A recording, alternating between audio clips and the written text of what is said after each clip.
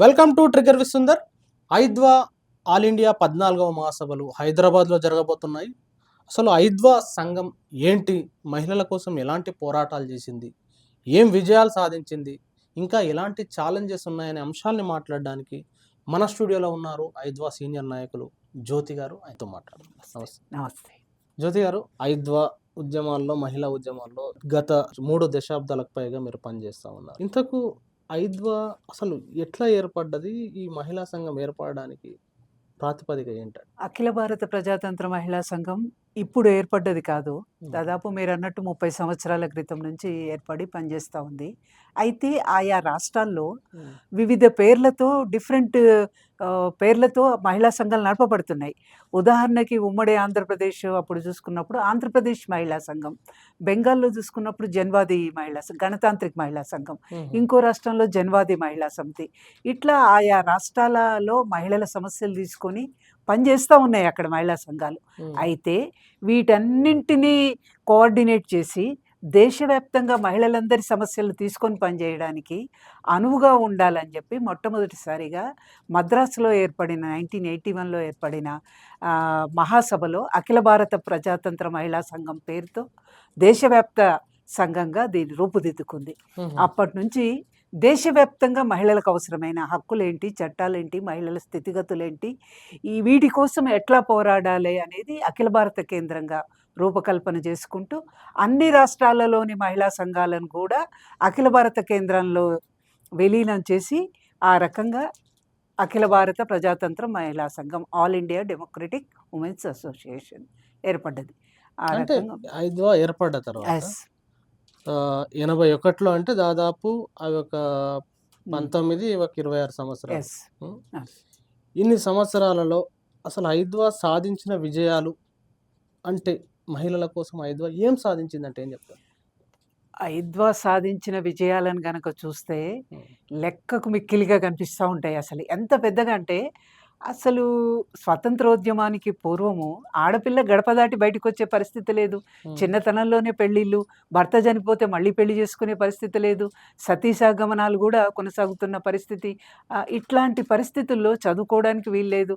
వీటన్నింటినీ తీసుకొని ప్రత్యేకంగా మన రాష్ట్ర అనుభవం చూసుకున్నా మానికొండ సూర్యావతి గారు, అట్లాగే మౌటూరు ఉదయం గారు, ఇట్లాంటి వాళ్ళంతా, డాక్టర్ అచ్చమాంబ గారు, ఇట్లాంటి వాళ్ళంతా కలిసి ఆ రోజు మహిళా సంఘాన్ని ఏర్పాటు చేసి మహిళలకు వైద్యం అందక పురుట్లోనే మాతా శిశు మరణాలు సంభవిస్తున్న సందర్భంగా వీళ్ళు ఆయాలుగా మారి, దాయమ్మలుగా మారి ఇంటింటికి వెళ్ళి మహిళలకు కాన్పులు చేస్తూ ఆ రకంగా మహిళల లోపల ఒక ఆరోగ్యం పైన వాళ్ళ లోపల ఒక అవగాహన కల్పించేటందుకు ప్రయత్నం మెల్లగా అక్కడి నుంచి ప్రారంభించి ఆ మహిళల లోపలికి వెళ్ళడానికి ఇది ఒక మార్గంగా ఎంచుకొని ఆ రకంగా వెళ్ళి స్టార్ట్ చేసినారు. ఆ రకంగా ప్రారంభమైన మహిళా సంఘం ఆ తర్వాత అఖిల భారత ప్రజాతంత్ర మహిళా సంఘంగా రూపుదిద్దుకొని అనేక హక్కులు, చట్టాలు సాధించుకున్నాం. ఈ రోజు వచ్చిన మహిళలు హక్కులు, చట్టాలు అంటున్నారు కదా, కొన్ని మచ్చుకు ముఖ్యమైన హక్కులు ఏం? ఆడపిల్ల అంటే ఆడపిల్ల, ఈడపిల్ల కాదు అని, ఆడపిల్లకు ఆస్తిలో హక్కు లేని సమయంలో ఆడపిల్ల కూడా ఈడపిల్లనే అని, ఆ ఇంట్లో మగపిల్లలతో పాటు ఆడపిల్లలకు కూడా ఆస్తిలో హక్కు కల్పించడానికి పెద్ద ఎత్తున పోరాడింది అఖిల భారత ప్రజాతంత్ర మహిళా సంఘం. ఆ రోజు ఎన్టీ రామారావు ముఖ్యమంత్రిగా ఉన్న సమయంలో కూడా ఆంధ్రప్రదేశ్ నుంచి 1 కోటి సంతకాలు మహిళల దగ్గర నుంచి సేకరించి ఆఫీస్ బేరర్స్ అందరం అట్లా పట్టుకొని ఆ మూటను తీసుకొని పోయి ఎన్టీ రామారావుకి ఇచ్చినాం. నిజంగా మన రాష్ట్రంలో మొట్టమొదటిసారిగా, దేశంలో కన్నా మన రాష్ట్రంలో మొదటిసారి అమల్లోకి వచ్చింది ఆడపిల్లకి ఆస్తిలో హక్కు. వరకట్న నిషేధం చట్టం సాధించుకున్నాం. దాంతో పాటుగా ఆడపిల్లలకు కూడా చదువుకునే హక్కు కావాలి అని చెప్పి దానికోసం కొట్లాడినాం.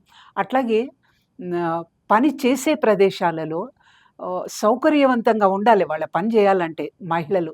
అందుకనే అక్కడ లైంగిక వేధింపుల నిరోధకానికి, పని ప్రదేశాలలో లైంగిక వేధింపుల నిరోధకానికి ఒక ప్రత్యేకమైన చట్టం సాధించుకున్నాం. అదే అమలు కోసం అది పబ్లిక్ సెక్టర్ కావచ్చు, ప్రైవేట్ సెక్టర్ కావచ్చు, 10 మంది మహిళల కన్నా ఎక్కువ మంది పనిచేసే ప్రదేశాలలో అక్కడ ఇంటర్నల్ కమిటీలు ఖచ్చితంగా ఏర్పాటు చేయాలి అనేది కూడా ఆదేశాల్లో ఉంది, సుప్రీంకోర్టు ఆదేశాల్లో. ఇవన్నీ కూడా స్థానిక సంస్థల్లో రిజర్వేషన్లు, ఇంకా మనం ఆంధ్రప్రదేశ్లో అఖిల భారత ప్రజాతంత్ర మహిళా సంఘం మహాసభలు ఇప్పుడు హైదరాబాదులో ఉమ్, మొదటిసారి వేదిక కానున్న ఈ తరుణంలో ఉమ్, ఒక్కసారి సమీక్షించుకుంటే ఉమ్, మొత్తంగా దేశవ్యాప్తంగా చరిత్రకెక్కిన సంపూర్ణ మద్య నిషేధం కావాలని కొట్లాడి పోరాడి సాధించుకున్న చట్టం ఉమ్, ఆంధ్రప్రదేశ్ మహిళలది. ఉమ్, దేశంలో ఎక్కడికి పోయినా ఉమ్. అట్లెట్లా 3 ఏళ్ల పాటు మీరు మొత్తంగా బీరు షాపులు, బ్రాండీ షాపులు, వైన్ షాపులు మొత్తంగా సారా అన్ని బంద్ చేసుకున్నారంట ఎట్లా కదా. సాధ్యమైంది మరి అట్లా? ఎస్, దూబగుంటలో చిన్న రాజుకున్న నిప్పురవ్వ ఉమ్, అందుకున్నాం. ఉమ్, ఎక్కడికక్కడ మహిళా సంఘానికి గ్రాస్ రూట్ లెవెల్లో ఎప్పుడైతే కమిటీలు ఉన్నాయో, మండల కమిటీలు, లోకల్ కమిటీలు, జిల్లా కమిటీలు, మెల్లమెల్ల దానికి నెల్లూరు జిల్లాకు విస్తరింపజేసినాం. ఉమ్, నెల్లూరు జిల్లాలో సాగుతున్న అనుభవాలను తీసుకొని ఉమ్, అక్కడ మొత్తంగా కలెక్టర్ను రానియలేదు, ఉమ్, వేలం పాటలు పాడనీయలేదు. ఉమ్, మొత్తానికి నెల్లూరు జిల్లా మొత్తం మద్యం వైన్ షాపులు, బీర్ షాపులు అన్ని బంద్ అయినాయి, మద్యం షాపులు. ఉమ్, ఆ అనుభవాన్ని తీసుకొని ఉమ్, ఐద్వా ఉమ్, రాష్ట్ర వ్యాప్తంగా విస్తరింపజేసినాం. ఉమ్, మిగతా మహిళా సంఘాలను కూడా ఈ ఎజెండా మీదకి తీసుకొచ్చే ప్రయత్నం చేసినాం. ఉమ్, అంటే మహిళా ఉద్యమాలకు, పోరాటాలకు, హక్కులకు ప్రతీక అఖిల భారత ప్రజాతంత్ర మహిళా సంఘం. ఉమ్, అందరినీ కూడగట్టడంలో, అందరినీ మహిళలు సమస్య ఏదైతే ఫీల్ అవుతున్నారో ఆ సమస్య, ఆ ఎజెండా తీసుకొని పనిచేయడంలో స్వచ్ఛంద సంస్థలను కావచ్చు, మహిళా సంఘాలను కావచ్చు, అందరినీ కలుపుకొచ్చి పెద్ద ఎత్తున పోరాడింది.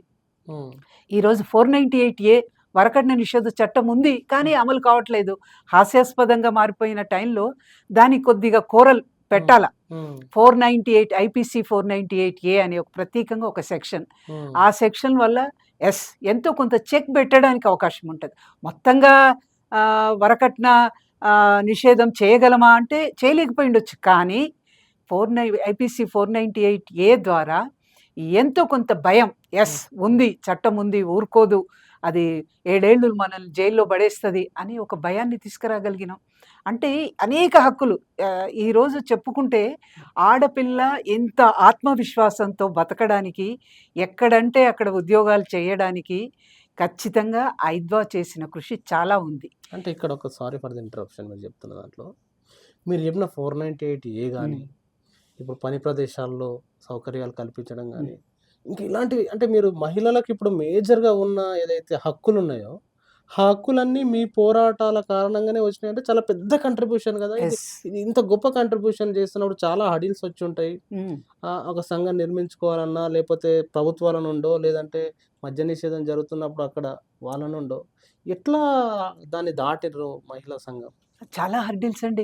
అసలు ఉమ్, బయటికెళ్ళి ఒక బ్యాగ్ వేసుకొని మహిళల్ని కూడగట్టడం, చైతన్యం చేయడానికి పోదామన్నప్పుడు ఇంట్లో నుంచి అడ్డంకులు అవి, ఉమ్, బయట జనం నుంచి, సమాజం నుంచి కూడా వీళ్ళు పోతారంట. ఈ రోజున్న పరిస్థితి లేదు. ఉమ్, సంఘం స్టార్ట్ చేసిన ఇప్పటికీ ఉన్నాయి అడ్డంకులు, ఉమ్, కానీ వాటన్నిటిని బ్రేక్ చేసుకుంటూ వచ్చిన సందర్భంగా ఉమ్, ఆనాడు ఇంకా చాలా ఎదుర్కోవాల్సి వచ్చింది. ప్రభుత్వం వైపు నుంచి ఎదుర్కోవాల్సి వచ్చింది, సమాజం నుండి ఎదుర్కోవాల్సి వచ్చింది. అయినా సాధించిన విజయాలు, సాధించుకున్న హక్కులు కళ్ళ ముందు అవి ప్రేరేపిస్తున్నాయి, ఉత్సాహాన్ని నింపుతున్నాయి. పోరాడితే తప్పితే మనకు హక్కులు రావు. ఆ హక్కులు అమలు జరగాలన్నా పోరాటం చేస్తేనే మన ఉనికి అనేది ఉంటుంది అని చెప్పి మహిళలకు అర్థమైంది. ఎప్పుడైతే అది అర్థమైందో మా అస్తిత్వాన్ని కాపాడుకోవాలి, దాన్ని రక్షించుకోవాలి, మేము మాకంటూ ఒక అస్తిత్వం ఉంది, దాన్ని నిలబెట్టుకోవాలనే కాంక్ష కూడా పెరుగుతుందండి. అది ఎవరికో ఇదిగా వచ్చింది కాదు.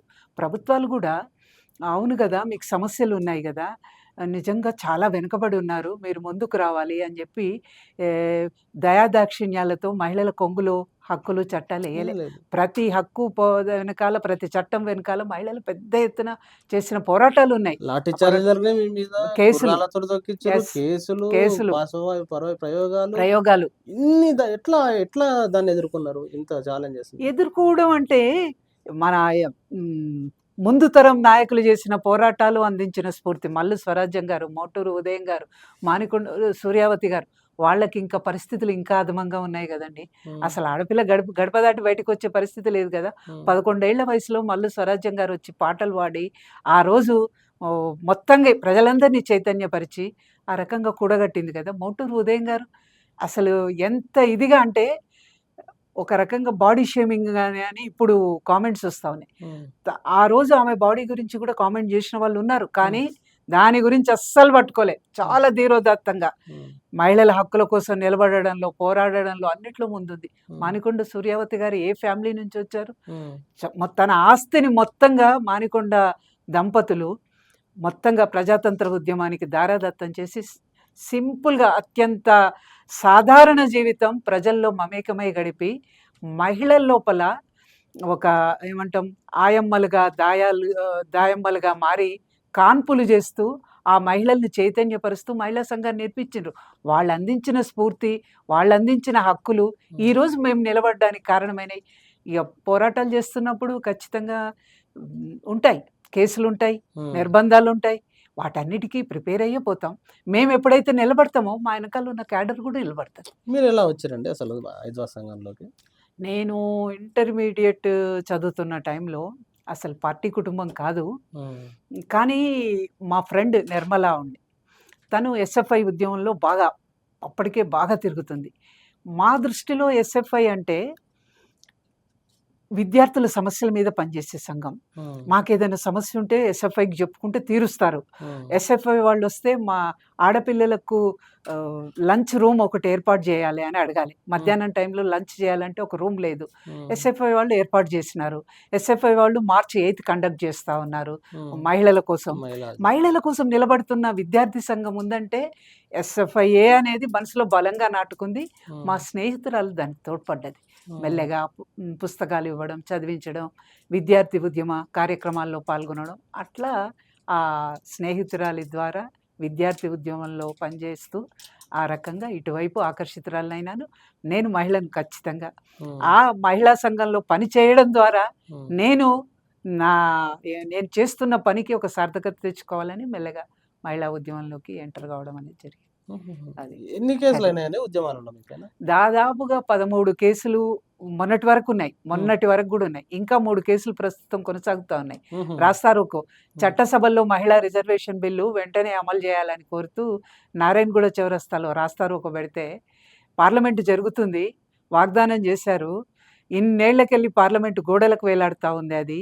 అమలు చేయట్లేదని పెద్ద ఎత్తున రాస్తారోకో చేస్తే తీసుకుపోయి బడేచౌడి పోలీస్ స్టేషన్‌లో కూర్చోబెట్టి కేసులు ఫైల్ చేశారు. అది కొనసాగుతా ఉంది. ఉమ్, అట్లాగే 2K రన్ ఉమ్, ప్రజాతంత్ర ఉద్యమం పేరుతో ఆర్టీసీ క్రాస్ రోడ్ నుంచి సుందరయ్య విజ్ఞాన కేంద్రం బాగ్లింగంపల్లి వరకు చేస్తున్న సందర్భంగా నాయకత్వం మీద కేసులు పెట్టినారు. అది విజయవంతం చెయ్యాలి ఈ కార్యక్రమాన్ని 2K రన్ ఒకటి పెట్టాం. ఉమ్. దానికోసం కేసులు. అట్లా ఒక 3, 4 కేసులు ప్రస్తుతానికి ఇంకా కూడా నడుస్తున్నాయి. తెలంగాణ అంటే రాష్ట్ర 13 కేసులు కాక ఆ, ఇప్పుడు ఆ, ఇప్పుడు ఇంకా ఉమ్, ఇంకో 3 కొత్తగా ఆ. యాడ్ అయ్యి ఇదైతున్న పరిస్థితి అనేది కనిపిస్తా ఉంది. ఇది అంటే ఉన్నాయి. మీ ఇప్పుడు కేసులు వస్తున్న సందర్భంలో మహిళల్ని బయటికి వెళ్ళనియని సందర్భం, అవును. ఇంట్లో ఉండి ఫ్యామిలీని చూసుకోమని చెప్తా అవును. ఉంటారు. అవును. ఇలాంటి సందర్భంలో మరి కేసులు, లాఠీ చార్జీలు, ఉద్యమాల్లోకి వెళ్తున్నప్పుడు ఉమ్, ఫ్యామిలీ సపోర్ట్ కూడా ఉమ్, కంపల్సరీ ఉండాల్సిన అవును. సందర్భం వస్తుంది. అవును. అవును. ఎట్లా ఇప్పుడు ఇక్కడ మీరు చేస్తున్న మహిళా సంఘంలో కూడా మద్దతు ఉండాల్సి ఉంటుంది. అవును. అంటే మీకు స్ఫూర్తి ఏంది? అసలు ఈ అడిల్స్ని ఎట్లా దాటినారు? ఫ్యామిలీ సపోర్ట్ ఫస్ట్‌లో కొద్దిగా భయపడ్డారు. విద్యుత్ ఉద్యమము ఆ ఉమ్, సమయంలో చాలా ఫిరోషియస్‌గా వెళ్ళి పాల్గొనుడు, ఆ ఉమ్, పడిపోయిన తోటి సహచరులందరినీ మళ్ళీ లాక్కొని ఒక దగ్గరికి తీసుకొని వాళ్ళని లాక్కుంటూ వెళ్ళిపోవుడు. ఉమ్. టియర్ గ్యాస్ అది వదిలినప్పుడు ఉన్నారా ఆ ఆ! రోజు మీ విద్యుత్ సంఘటనలో? ఉద్యమంలో ఆ వీడియో చూస్తే స్పష్టంగా కనిపిస్తూ ఉంటాను. ఆ, వెళ్తూ ఉంటాను. ఉమ్, పడిపోయిన నా స్నేహితురాళ్ళని పట్టుకొని లేపుకొని పేమెంట్ మీదకి అట్లా తీసుకుపోయి వాళ్ళని కాపాడిన పరిస్థితి అవి ఉన్నాయి. ఉమ్, టియర్ గ్యాస్ వదిలి వాటర్ క్యాన్స్ ఉపయోగించి నీళ్ళన్నీ ఇట్లా ఇదవుతున్న సందర్భంగా అప్పుడు ప్రత్యక్షంగా చూసిన కుటుంబ సభ్యులు టీవీలో భయపడ్డారు. ఉమ్, ఏంటిది ఎంత ఇది అంటే, ఏం కాదు అందరితో పాటు నేను కదా, ఉమ్, అట్లెట్లా ఇదవుద్ది ఏం కాదు అని చెప్పాను. కానీ కాలక్రమేణా నేను చేస్తున్న పనులు అవి చూస్తూ వాళ్ళ వైపు నుంచి కూడా ఇది వద్దు అనేది లేదు, ఉమ్, ఆగిపో అనేది లేదు, మ్యాక్సిమం చెయ్యి, నీకందులో సంతృప్తి దొరుకుతుంది, దానికోసం కట్టుబడ్డావు, సమాజం కోసం అంటున్నావు కాబట్టి చెయ్యి అనేది కుటుంబ సభ్యుల నుంచి కూడా వచ్చింది. మొదట్లో కొద్దిగా భయపడ్డారు, ఆటంకపరచలేదు కానీ భయపడ్డారు. తర్వాత వాళ్ళ వైపు నుంచి కూడా క్లియరెన్స్. అంటే మీరు ఇన్ని సంవత్సరాల ఉద్యమంలో మీకు గుర్తుండిపోయే సంఘటన కానీ, లేదు మీరు వెళ్ళి ఒక చాలా ఉద్యమాలు చేసినారు కాబట్టి ఏది మిమ్మల్ని బాగా ఇన్స్పైర్ చేసింది ఈ ఉద్యమంలో? నేను బాగా హైదరాబాద్‌లో ఇదయింది. రకరకాల ప్రోగ్రామ్స్ తీసుకొని పనిచేస్తున్నాం. సమాజంలో మహిళలు 3 రకాలైన సమస్యలను ఎదుర్కొంటున్నారు. ఒకటి మహిళగా, 2 పౌరురాలిగా, 3 వర్గ మహిళగా. హ్మ్. అంటే శ్రామిక మహిళగా. హ్మ్. ఈ 3 రకాలైన సమస్యలను ఛాంపియన్ చేసినప్పుడే ఖచ్చితంగా మహిళల సమస్యలకు ఒక పరిష్కారం రూపం చూపిన వాళ్ళైతాం. అని అవి స్టడీ చేస్తున్న సందర్భంగా డ్వాక్రా మహిళలను ఒక ఆర్గనైజ్ చేయడం మొదలుపెట్టినాం. ఒంటరి మహిళలను ఆర్గనైజ్ చేయడం మొదలుపెట్టినాం. వీటితో పాటుగా హైదరాబాదు విశ్వనగరంలో ఇళ్లల్లో పనిచేసే పాచి పని చేసుకునే మహిళా కార్మికులు కూడా పెద్ద సంఖ్యలో ఉన్నారు. ఇంటి పని వాళ్ళు. ఇంటి పని వాళ్ళ సంఘం ఇంటి పెట్టారా? పని వాళ్ళ స్నేహ ఇంటి పని వాళ్ళ సంఘం అని మొట్టమొదట హ్మ్. హైదరాబాద్‌లోనే స్టార్ట్ చేసినాం. హ్మ్. పెద్ద ఎత్తున అన్ని స్లమ్స్‌లో పోయి సర్వేలు చేసి వాళ్ళ సమస్యలన్నీ కనుక్కొని ఎన్ని గంటలు పని చేస్తున్నారు? ఎంత వేతనం వస్తుంది? వాళ్ళకొస్తున్న ఆరోగ్య సమస్యలేంటి? ప్రభుత్వం నుంచి ఏమన్నా ఆరోగ్య సౌకర్యాలు ఈఎస్ఐ ఇలాంటివి ఏమన్నా దొరుకుతున్నాయా? ఇదంతా సర్వేలు చేసి స్నేహ ఇంటి పని వాళ్ళ సంక్షేమ సంఘం 2021లో రిజిస్ట్రేషన్ చేయించి హైదరాబాద్‌ను ఉర్రూతలూగించడం. హ్మ్. ఎవ్వరన్నా ఇంటి పని వాళ్ళని ఒక్క మాట అనాలంటే సంఘం ఉంది. కార్డులు హ్మ్. డిస్ట్రిబ్యూట్ చేసినాం. హుహు. లేబర్ కమిషనర్‌తో చర్చలు జరిపినాం. కనీస వేతన చట్టం స్నేహ ఇంటి పని వాళ్ళ సంఘం ఐద్వాకు అనుబంధంగా ఏర్పాటు చేసి సాధించుకున్నాం. హుహు. ఎంత ఇదిగా అంటే ఒక్కటే ఎగ్జాంపుల్ అశోక్ నగర్‌లో ఒక అపార్ట్మెంట్‌లో లిఫ్ట్ ఎక్కాలంటే పనివాళ్ళు ఎక్కకూడదు. ఆహా! వాళ్ళని ఆబ్జెక్ట్ చేస్తూ ఎంత బరువులు మోసుకపోయినా, వాటర్ కెనన్స్ మోసుకపోయినా, బిందెలు మోసుకపోయినా, ఏం చేసినా వాళ్ళు మెట్లెక్కాల్సిందే, దిగాల్సిందే. హ్మ్. ఓనర్స్ వరకే పరిమితం. హుహు. వాళ్ళొచ్చి, "అమ్మ మా కాళ్ళు గుంజుతున్నాయి. పొద్దున వెళ్తే సాయంత్రం వరకు అక్కడ పని చేయాల్సొస్తుంది. మెట్లెక్కాలి, దిగాలి, కూరగాయలు తేవాలి, మళ్ళా బయటికి పంపిస్తారు, మళ్ళీ రమ్మంటారు, పాలు తెమ్మంటారు." అప్పుడు ఒక్కటే చెప్పినాం. అందరిని కూర్చోబెట్టి ఒక్కటే మాట సంఘం పెట్టి హ్మ్. కార్డులు ఇష్యూ చేసినాం. Identity cards. హుహు. రేపు ఏం చేయొద్దు మీరు. హ్మ్. ఆ పనికి పోయే 12 మంది అపార్ట్మెంట్‌లో ఈ కార్డులు పెట్టుకొని వెళ్ళండి. హ్మ్. ఏమైతదో చూద్దాం అని చెప్పినాం. హ్మ్. ఆ 12 మంది కార్డులు పెట్టుకొని పనికి పోయినారు. హ్మ్. అమ్మో! మీకు సంఘం ఏర్పడ్డదా? హ్మ్. మీరు కూడా కూర్చుంటారా? నిన్న సమావేశం అయినరా? హ్మ్. అయితే మిమ్మల్ని ఏమనొద్దు. తెల్లారే వరకు లిఫ్ట్‌లో అలో చేస్తూ వాళ్ళకు సర్క్యులర్ పంపించిండ్రు. ఒక అస్ కార్డ్ చూసి. కార్డ్ చూసి ఆ! అసోసియేషన్. అంత భయంలోకెళ్ళిపోయినారు. ఆ! ఎక్కడంటే అక్కడ దొంగతనం మోపిన కేసులు హ్మ్. ఐదు టేకప్ చేసింది స్నేహ ఇంటి పని. ఎట్లా మోపుతారు? హ్మ్. మీ ఇంట్లో ఎవరి మీదనో ఇంటికొచ్చిన చుట్టమెవరు, పక్కమెవరు, మీ ఇంట్లో వ్యక్తులెవరు, వాళ్ళెవ్వరిని విచారణ చేయకుండా ఇంట్లో ఒక వస్తువు పోయిందంటే హ్మ్. వెంటనే అనుమానం వచ్చేది ఈ పని మనిషి మీద. ఇన్నేళ్లకెళ్ళి పనిచేస్తుంది. ఆమె మీద ఎట్లా మోపుతున్నావు? హ్మ్. అని స్నేహ ఇంటి పని వాళ్ళమి ఇన్వాల్వ్ అయ్యి పోలీస్ స్టేషన్‌కి పోయి, ఆ ఇంట్లో ఉన్న వ్యక్తులందరి మీద విచారణ చేయించి, ఆ ఇంట్లో వాళ్ళ అబ్బాయే తీసినాడు, అమ్ముకున్నాడు. హుహు. వచ్చినాయి. ఎంత ధైర్యాన్నిచ్చిందంటే, హ్మ్. వాళ్ళకి టిఫిన్స్ ఇన్ని గంటల పనికి ఇంత వేతనం ఇయ్యాలి. ఫిక్స్‌డ్ హ్మ్. పని పని ఏ ఏ పద్ధతుల్లో ఉంటదో, ఏమేం పనులుంటాయి, హ్మ్. ఎన్ని గంటలుంటాయి, అన్ని గంటలకు ఎంత ఫిక్స్‌డ్ వేతనం ఉండాలి. దాంతో పాటుగా వాళ్ళ లోపల రక్తహీనత బాగా హ్మ్. ఎక్కువుంది. హ్మ్. ఆ రక్తహీనతను అరికట్టడానికి వాళ్ళకు ఆహ్, నెలలో వాళ్ళు వేతనం ఇచ్చేటు దాంతో పాటుగా కిలో బెల్లం. బెల్లం అనేది రక్తహీనతను అరికట్టడానికి బాగా దోహదపడుతది. హ్మ్. అట్లాంటి రూల్స్ అన్నీ ఫ్రేమ్ చేసి నాకెంత హ్యాపీగంటే హ్మ్. వాళ్ళకు కనీస వేతన చట్టము జీవో వచ్చిన రోజు హ్మ్. ఈనాడు పేపర్‌లో ఒక ఊయల గట్టి, హ్మ్. ఆ ఊయలలో ఇంటి పని అమ్మాయి పడుకుంటే ఐద్వా సాధించిన విజయం అని ఫ్రంట్ పేజీలో ఏసినారు. హుహు. ఎంత హ్యాపీగంటే యెస్! హ్మ్. ఈరోజు రెక్కాడితే డొక్కాడని బలహీన వర్గాలకు అండగా నిలబడ్డాం. యెస్! మేము మనుషులమే. హ్మ్. మేము కష్టపడుతున్నాం. దానికి వేతనం ఇస్తున్నారు. మమ్మల్ని మనుషులుగా చూడాలి. దాంట్లో ఇంత ఇదిగా చూడాల్సిన పని లేదు గదా! ఆ రకమైన ఇదిని తేవడంలో, సాధించుకోవడంలో స్టార్ట్ చేసినాం. ప్రారంభించుకున్నాం. కొన్ని హక్కులు సాధించుకున్నాం. అండగా నిలబడ్డాం. ఓ ధైర్యాన్నిచ్చినాం. నాకది ఎప్పటికి నా మైండ్‌లో ఇప్పటికి సా ఇప్పటికి మీ మాటల్లో, మీ కళ్ళల్లో ఆ ఉత్తేజం, ఆ చైతన్యం కనిపిస్తుంది. చాలా హ్మ్. సంతృప్తినిచ్చింది హ్మ్. బాగా. హ్మ్. హ్మ్. అయితే ఇప్పుడు 5వ ఆల్ ఇండియా మహాసభలు హైదరాబాద్‌లో నిర్వహించబోతున్నారు. సో, 14 సార్లు వేరే వేరే ప్రదేశాల్లో జరిగినాయి. ఉమ్మడి ఆంధ్రప్రదేశ్‌లో జరిగిందండి ఇలా? జరిగింది. విశాఖపట్నం స్టీల్ ప్లాంట్ ఆవరణలో హ్మ్. ఒక్కసారి జరిగింది. హ్మ్. ఉమ్మడి ఆంధ్రప్రదేశ్‌లో. హ్మ్. ఇప్పుడు హైదరాబాద్ ఇగ తెలంగాణ రాష్ట్రం ఏర్పడ్డాక పెద్ద హైదరాబాద్. బాధ్యత గదా! చాలా పెద్ద ఈవెంట్. మరి ఎట్లా ప్లాన్ జేస్తున్నారు? చాలా పెద్ద ఈవెంట్. ఉమ్, జరపాలి, అన్ని క్యాపిటల్ సిటీస్ అయిపోయినాయి, రాష్ట్రాల క్యాపిటల్ సిటీస్ ఇక్కడ జరపాలన్నారు. ఉమ్, పెద్ద ఈవెంట్ కదా అనిపించింది, ఉమ్, కానీ జరుపుదాం, ఉమ్, ఏమైనా జరపాలి, మనం జరపకపోతే ఎట్లా అనేది అనుకున్నాం. ఉమ్, సెప్టెంబర్ 16 ఆహ్వాన సంఘం ఈ మహాసభలను జయప్రదం చేయడానికి ఒకటి వేసుకున్నాం. అప్పటి నుంచి వివిధ కమిటీలు అన్ని జిల్లాల్లో కూడా దీనికి సమాయత్తం చేయడం, ఆ రకంగా ప్రారంభించినాం. 1,00,000 మంది మహిళల లోపలికి వెళ్ళాలనుకున్నాం, డోర్ టు డోర్ క్యాంపెయిన్లు చేస్తూ. ఉమ్, మహాసభ సందేశం వెళ్ళాలా, ఆ మహాసభ నాది అని మహిళలు ఓన్ చేసుకోవాలి. దాంతో పాటుగా మహాసభను విజయవంతం చేయడానికి అవసరమైన ఆర్థికంగా నిధులు కూడా వాళ్ళ నుంచే రాబట్టాలి. ఉమ్, ఎవరి కోసమైతే పనిచేస్తున్నామో ఆ తరగతి నుంచే నిధులు వసూలు చేయాలనేది ఒక లక్ష్యంగా కూడా పెట్టుకున్నాం.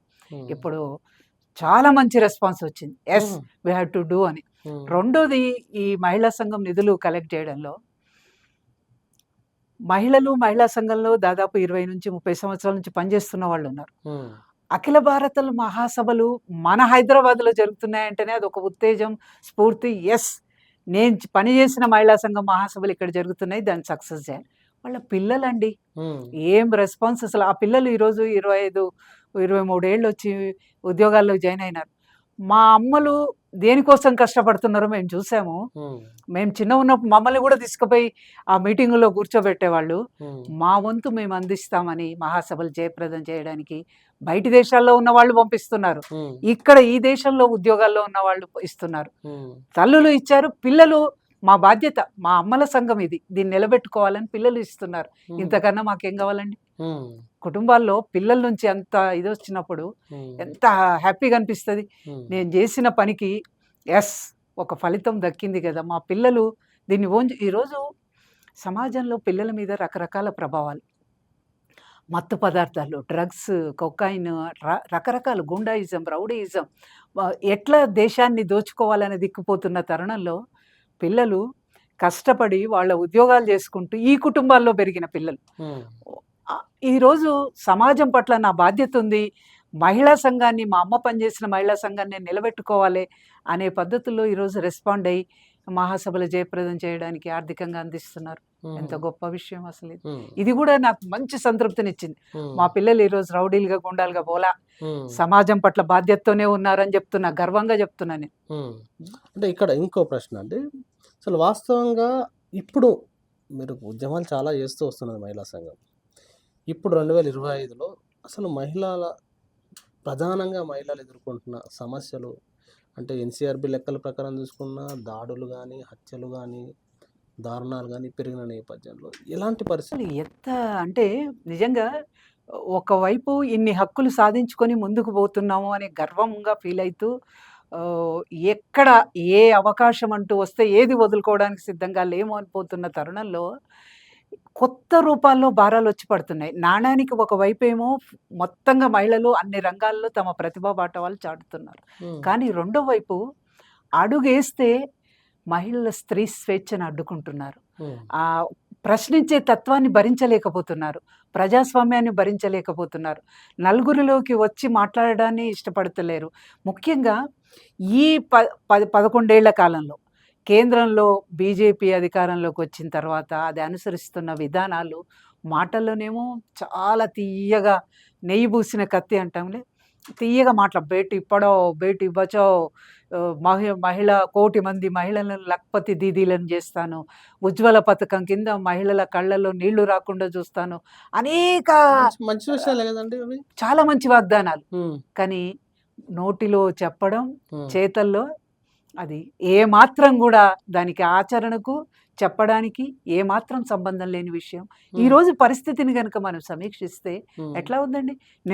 మీరు ఇంతకుముందు అడిగినారు, ఉమ్, నేషనల్ క్రైమ్ రికార్డ్స్ బ్యూరో లెక్కల ప్రకారము ఉమ్, ఈ కాలంలో కనుక 11 ఏళ్ల కాలంలో లెక్కలు తీస్తే 98.48% మహిళల మీద హింస పెరిగింది. అది ఎక్కడ? బీజేపీ డబుల్ ఇంజన్ ప్రభుత్వాలు అంటున్నాం కదా, బీజేపీ పాలిత రాష్ట్రాల్లోనే ప్రత్యేకంగా పెరిగింది. మొట్టమొదటి స్థానం ఉత్తరప్రదేశ్ అయితే తర్వాత రాజస్థాన్ ఉంది ఈరోజు మహిళల మీద హింస పెరగడంలో. ఎవరండి? బీజేపీ ప్రజాప్రతినిధులే దీనికి ఈరోజు మహిళల మీద హింస జరగడంలో ఒక పెద్ద నేరస్తులుగా మన కళ్ళ ముందు కనిపిస్తూ ఉన్నారు. ఉమ్, ఏంటి? ఉత్తరప్రదేశ్లో ఉన్నావు ఘటన ఏంటి? ఆ కుల్దీప్ సింగ్ను మొన్న బెయిల్ మీద విడుదల విడుదల చేస్తావా? చేసినారు. అరే మైనర్ బాలిక ఎమ్మెల్యేగా ప్రజాప్రతినిధిగా ఉన్న అతను అతని అనుచర వర్గము మొత్తంగా ఆమె మీద సామూహిక మానభంగానికి పాల్పడితే అనేక ఉద్యమాలు చేసిన తర్వాత అరెస్ట్ చేస్తే ఎట్లిస్తారండి? బెయిల్ ఎట్లిస్తారు? ఉమ్, మళ్ళీ దానికి బెయిల్ ఎట్లిచ్చినామని పోరాటం చేస్తే సుప్రీంకోర్టు బెయిల్ రద్దు చేసింది మొన్న. ఉమ్, అంటే మాకు ఎంతసేపు మా యావత్ శక్తిని పోరాటాలు చేయడం, పోరాటాలు చేసిన తర్వాత శిక్షలు పడ్డాక మళ్ళీ దాన్ని అమలు చేయడానికి కూడా మళ్ళీ మా శక్తిని మొత్తంగా ఖర్చు పెట్టాల్సి వస్తుంది. ఉమ్, కాశ్మీర్లో కతవా ఘటన ఏంటి? పసిపాప పైన జరిగిందేంటి? మొన్న బిల్కిస్ బాను పైన జరిగిందేంటి? ఏం చూస్తున్నాం? అరే నేరస్తులకు అండగా నిలబడతా ఉంటే విడుదల వాళ్ళ చేసినారు. బిల్కిస్ బాను నిందితుల్ని కూడా విడుదల చేసినారు. విడుదల అది ఉమ్, ఏందది? ఏమన్నా ఉందా అండి? పూలమాలలు వేసి ఎంత సత్కరించినారు. దుర్మార్గమైన ఘటన! ఎంత దుర్మార్గం! గర్భవతి బిల్కిస్ బాను. ఉమ్, ఆమె కళ్ళ ముందు బిడ్డను చంపేసినారు. కుటుంబ సభ్యుల మీద అత్యాచారం, తల్లి మీద అత్యాచారం, ఈమె మీద అత్యాచారం. ఆ రకంగా చేసిన నిందితులను 11 మందిని జైలుకి పంపిస్తే, పోరాటం చేస్తే అన్ని మహిళా సంఘాలు నిలబడ్డాయి. నిర్ద్వందంగా ఖండించినాయి. ఇది చాలా దుర్మార్గమైన విషయమని. వాడిని క్షమాభిక్ష పేరుతోని ఉత్తరప్రదేశ్ ప్రభుత్వం తీసుకొస్తే, అది కూడా తీసుకొచ్చుడు ఎట్లా అంటే, సమాజం మొత్తం నివ్వెరపోయింది. ఇట్లా చేష్టలుడిగి చూస్తున్నాం అని అంటాం కదా! వాళ్ళని పూలదండలేసి, ఏదో మహత్కార్యం చేసిండ్రు, ఏదో పేదల కోసం పెద్ద పోరాటం చేసి జైలుకెళ్ళి వస్తున్నారు అనే పద్ధతుల్లో వాళ్ళకి మిఠాయిలు తినిపించి, మేళ తాళాలతోని వాళ్ళను ఊరేగింపుగా తీసుకొస్తే, ఆ మహిళ బతకగలదాండి బాధితురాలు? అంత దుర్మార్గానికి ఒడిగట్టిన నిందితులు ఈరోజు ఆ రకంగా క్షమాభిక్ష పేరుతో సచ్చీలురు అనే ఉమ్, పేరుతో ఉమ్, బయటికొస్తే ఉమ్, ఎట్లా బతకగలదు? భయపడ్డది. ఉమ్, ఇదే ఐద్వా జాతీయ ఉపాధ్యక్షురాలు సుభాషిణి అలీ మళ్ళీ కోర్టులో వేసింది. మిగతా స్వచ్ఛంద సంస్థలను కలుపుకుంది. ఈ అమ్మాయి కూడా కోర్టులో వేసింది. నువ్వు ఎట్లిచ్చినావు? దానికి ప్రామాణికత ఏంటి? ఎట్లా అని చెప్పి ప్రశ్నించింది సుప్రీంకోర్టు. మళ్ళీ వాళ్ళని పంపించాలన్నది. అంటే ఎక్కడికి పోతున్నాము? ఏం తీసుకుంటున్నాము? మహిళల స్థితి ఎటువైపు పోతా ఉంది? మళ్ళీ మహిళల్ని నేను చెప్పాను 4 గోడలకు పరిమితమైన మహిళ బయటికొచ్చి అనేక రంగాల్లో తన ప్రతిభా పాటవాలు చూపిస్తుంటే, ఈరోజు మళ్ళీ 4 గోడలకు పరిమితం చేసే ప్రయత్నం చేస్తా ఉన్నావు. నువ్వు బయటికెందుకు వస్తున్నావు? 4 గోడలకే పరిమితం కావాలి కదా! బయటికొస్తే హింస జరుగుతది, అత్యాచారాలు జరుగుతాయి. నువ్వు వేసుకునే దుస్తులే అందుకు కారణం. అడుగడుగున ఈరోజు కొన్ని బారికేడ్స్ పెడతా ఉంది మళ్ళీ. ఎక్కడికి పోతున్నాం? తిరోగమనమా? పురోగమనమా? అర్థం కాని పరిస్థితి. ఉమ్, ఈరోజు చట్టసభల్లో రిజర్వేషన్ల కోసం మేము ఇంత పోరాటం చేయాలనా? అరే విధాన నిర్ణయాల్లో మహిళలకు కూడా భాగస్వామ్యం కావాలి. ఈ రోజున్న పరిస్థితుల్లో మహిళలు పార్లమెంట్లోకి ప్రవేశించాలన్నా, అసెంబ్లీలోకి ప్రవేశించాలన్నా చాలా రౌడీయిజం, గూండాయిజం, ధనబలంతో కూడుకున్న ఈ రాజకీయాలలో మహిళలు రాలేరు అని పోరాటం చేస్తూ ఉంటే రిజర్వేషన్స్ కోసం ఇన్నేళ్లు పార్లమెంటు గోడలకు వేలాడదీసి మొన్న పార్లమెంట్ చట్టం ఎలక్షన్స్ చేసినారండి.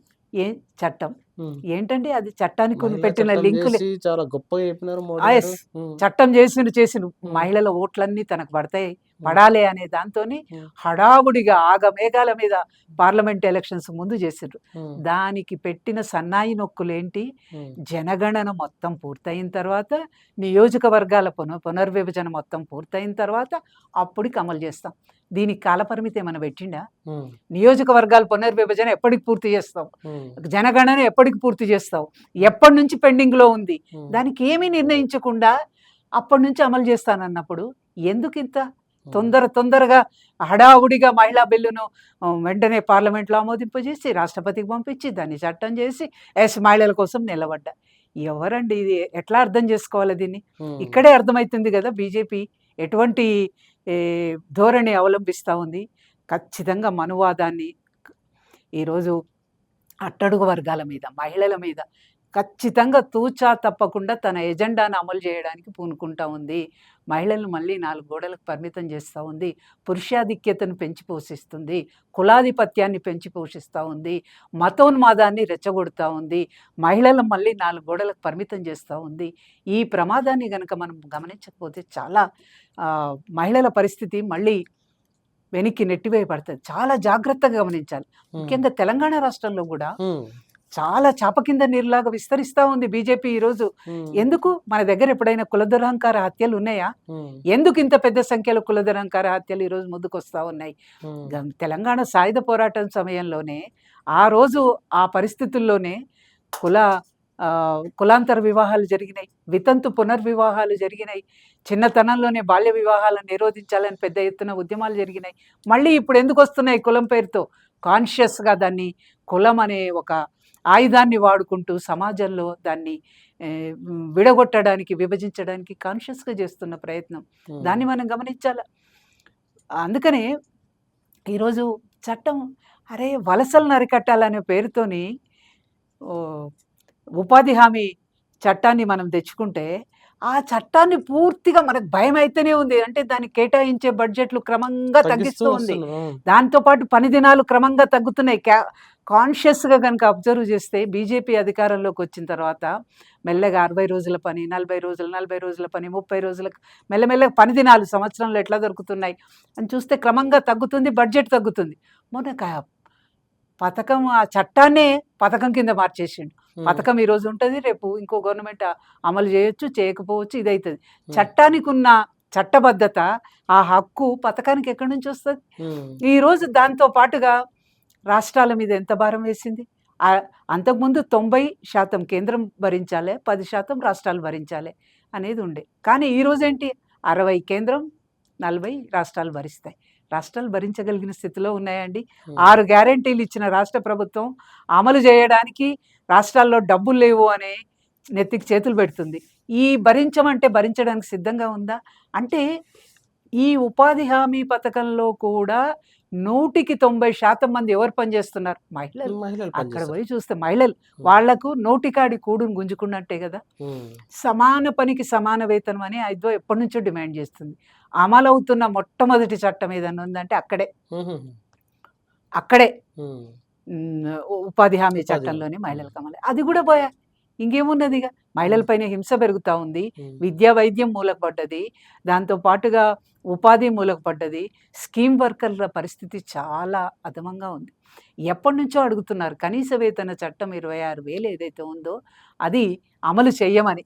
ఈరోజు మధ్యాహ్న భోజన కార్మికులు కావచ్చు, ఆశా కావచ్చు, అంగన్వాడీ కావచ్చు, అనేక మంది స్కీమ్ వర్కర్లు కేంద్ర ప్రభుత్వంను డిమాండ్ పోరాటాలు చేసి చేసి చేసి ఇదైపోతున్న పరిస్థితి. వాళ్ళని అదే రకంగా ఉద్యోగులుగా గుర్తించట్లేదు, కనీస వేతన చట్టం అమలు చేయట్లేదు, జీవో రావట్లేదు, చాలా అధమ పరిస్థితుల్లో ఉన్నారు. ఇవన్నీ మన కళ్ళ ముందు కనిపిస్తున్న సత్యాలు. ఇవన్నీ కూడా రేపు మహాసభలో అదే ప్రశ్న అడగబోతున్నాను. అంటే ఇన్ని సమస్యలు దేశంలో తాండవిస్తున్న సందర్భంలో మహాసభలు జరుగుతున్నాయి. మరి ఆ మహాసభల్లో ఇవన్నీ ఎజెండాలుగా ఉంటాయా? అసలు ఏం ఛాలెంజెస్ ఉన్నాయి మహాసభ ముందు? ఎట్లా మీరు దాన్ని ఫేస్ చేయబోతున్నారు? షూర్, ఖచ్చితంగా. ఇదొక ఏమంటే ఒక విపత్కరమైన పరిస్థితుల్లో ఈ మహాసభలు, అఖిల భారత మహాసభలు జరుగుతున్నాయి. ఖచ్చితంగా 3 ఏళ్ల కాలంలో ఐద్వా చేసిన పోరాటాలు, విజయాలు, ఫలితాలు అవి డిస్కస్ చేయడం, ఇప్పటి వరకు సాధించుకున్న హక్కులు, చట్టాలేంటి, వాటి అమలు తీరెట్లుంది అవి సమీక్షించడం, వాటితో పాటుగా ఈరోజు ఉన్న పరిస్థితి నేను చెప్పాను. మహిళల పట్ల వివక్షత, సమాన పనికి సమాన వేతనం లేకపోవడం, మహిళల ఉద్యోగాల కుదింపు, విద్యా వైద్యాలు అందుబాటులోకి రాకపోవడం, ఇవన్నీ హింస పెరగడం, ఇవన్నీ ఒక భాగం. ఈరోజు ముఖ్యంగా మహిళల ఉపాధికి సంబంధించిన అంశం ఒక పెద్ద చర్చగా ముందుకు రాబోతుంది మహాసభలో. రెండోది మైక్రో ఫైనాన్స్ సంస్థలు. ఎప్పుడైతే ప్రభుత్వం నుంచి అందాల్సిన సాయం వాళ్లను ఏమంటాం ఉమెన్ ఎంపవర్మెంట్ సాధించేటందుకు, వాళ్ళ కాళ్ళ మీద వాళ్ళు నిలబడేటందుకు ప్రభుత్వం నుంచి మేము అందిస్తున్నాము, అందించే పెట్టుబడి ఎప్పుడైతే అందలేదో, సాయం ఎప్పుడైతే అందలేదో, వాళ్ళు మైక్రో ఫైనాన్స్ సంస్థల దగ్గరికి వెళ్ళిపోతూ ఉన్నారు. ఆ సంస్థలు వేధిస్తూ వాళ్ళను, ఇప్పుడు డ్వాక్రా గ్రూపులను ఎందుకు ఏర్పాటు చేసింది ప్రభుత్వం? మహిళా సాధికారత సాధించాలి, వీళ్ళందరూ కోటీశ్వర్లు కావాలనే లక్ష్యంతో మేము ప్రభుత్వం వైపు నుంచి రివాల్వింగ్ ఫండ్ ఇస్తాం ఆ పేరుతో చేసింది. కానీ ఈరోజు ప్రభుత్వం నుంచి పెట్టుబడి సాయం అందట్లేదు. అక్కడి నుంచి మైక్రో ఫైనాన్స్ సంస్థలు ఆశ చూపిస్తున్నాయి మీకు ఇస్తామని. ఆ మైక్రో ఫైనాన్స్ సంస్థల ఆగడాలపైన, మహిళల ఉపాధి పైన, విద్యా వైద్యం పైన, అట్లాగే మహిళలకు సంబంధించి పెరుగుతున్న హింస పైన, రాబోయే కాలంలో సామ్రాజ్యవాదం కూడా ఒక పెద్ద ఆటంకంగా ముందుకొస్తుంది. ఆ సామ్రాజ్యవాదాన్ని ఎదుర్కొందాం, అట్లాగే మనువాదాన్ని తిప్పికొడదాం, మహిళల హక్కుల సాధనకై మున్ముందుకు సాగుదాం అనే 3 స్లోగన్స్ తీసుకొని ఈరోజు మహాసభలో ముందుకు పోవాలనేది అనుకున్నాం. కమిషన్ పేపర్స్ కూడా దాదాపుగా విద్య, వైద్యము, మైక్రో ఫైనాన్స్, ఉపాధి ఇట్లాంటి అనేక అంశాలపైన కమిషన్ పేపర్స్ పెట్టి చర్చించబోతున్నాం. చర్చించి అందులో ఖచ్చితంగా మహిళలకు అవసరమైన అన్ని నిర్ణయాలు, భవిష్యత్ కార్యాచరణకు అవసరమైన అన్ని నిర్ణయాలు తీసుకుంటాం. ఈరోజు నాట్ ఓన్లీ ఐద్వా, మిగతా మహిళా సంఘాలు చూస్తున్నాయి ఇక్కడ ఐద్వా మహాసభలో ఏం నిర్ణయాలు చేయబోతున్నారు. ప్రభుత్వాలు కూడా చూస్తున్నాయి.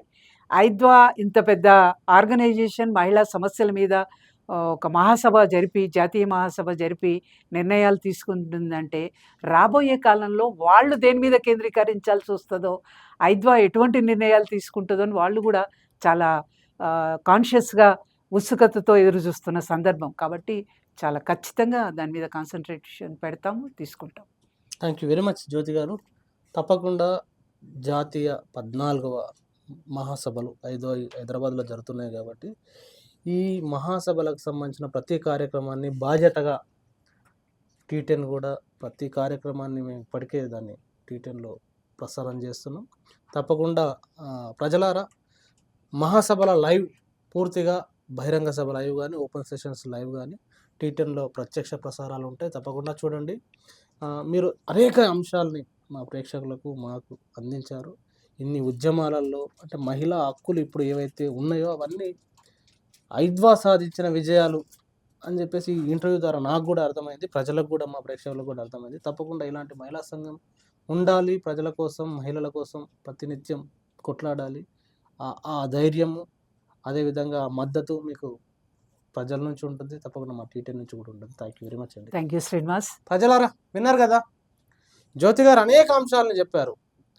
భారతదేశంలో ఉన్న మహిళా పరిస్థితులు కానీ, ఐద్వా ఉద్యమం కానీ, జ్యోతి గారు ఉద్యమంలోకి వచ్చిన నేపథ్యాలు కానీ, ఇప్పుడున్న భారతదేశ మహిళల పరిస్థితి కానీ, ఐద్వా ఆల్ ఇండియా మహాసభల నేపథ్యం కానీ అనేక అంశాలను మేము అందించారు. మరి జ్యోతి గారు చెప్పిన అంశాలపైన తప్పకుండా మీ కామెంట్ రాయండి. ఈ వీడియోని తెలుగు రాష్ట్రాల్లో ఉన్న ప్రతి మహిళకు చేరవేసే ప్రయత్నం చేయండి. Thank you very much. చూస్తూనే ఉండండి T10.